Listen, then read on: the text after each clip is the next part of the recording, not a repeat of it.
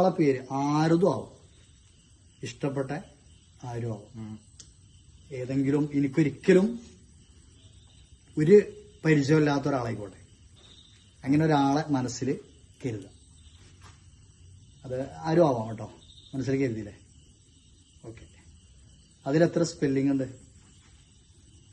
ആ പേരിൽ എത്ര സ്പെല്ലിംഗ് വരുന്നുണ്ട്? 5 സ്പെല്ലിംഗ് പറയാൻ പാടില്ല. 5 സ്പെല്ലിംഗ് ഉണ്ട് അല്ലെ? ഇംഗ്ലീഷിൽ 5 സ്പെല്ലിംഗ് ഉണ്ട്. ഓക്കെ. എല്ലാം ഫസ്റ്റ് ലെറ്റർ ഒന്ന് മനസ്സിൽ കൊടുത്താൽ പറയണ്ട. Second letter, third,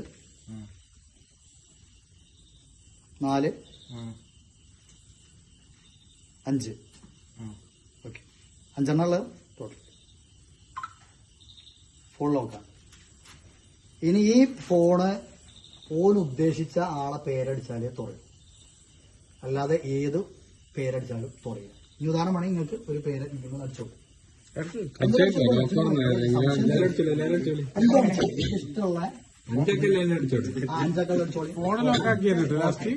okay. ഇനി ആർക്കും ഒരാൾക്ക് കൂടി ചെക്ക് ചെയ്യണമെങ്കിൽ ചെക്ക് ചെയ്യണ്ട. ഇനി ഇതൊന്ന് അടിച്ചോ.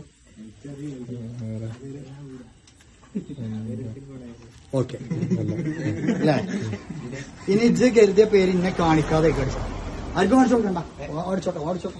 അപ്പോഴല്ലേ അതിന്റെ ഒരു ത്രില്ല് ഉണ്ടാവും. ഓക്കെ. എന്റെ ഫോണ് തുറക്കാം. അപ്പൊ ഇജ്ജിപ്പോ മനസ്സുകൊണ്ട് വിചാരിച്ച് അല്ലെ? അപ്പൊ എന്റെ ഫോണിപ്പോ ശരിക്കും നമ്മളത് ലോക്ക് ചെയ്യണം. ഇനി ആ ലെറ്റർ ഒന്നും കൂടി മനസ്സ് കൊണ്ടുപോയി. First letter A, second letter N, third letter S, fourth I, fifth D, Ansid. Okay. ഞാൻ 14 ലെറ്റർ എഴുതിയത് ഈ 5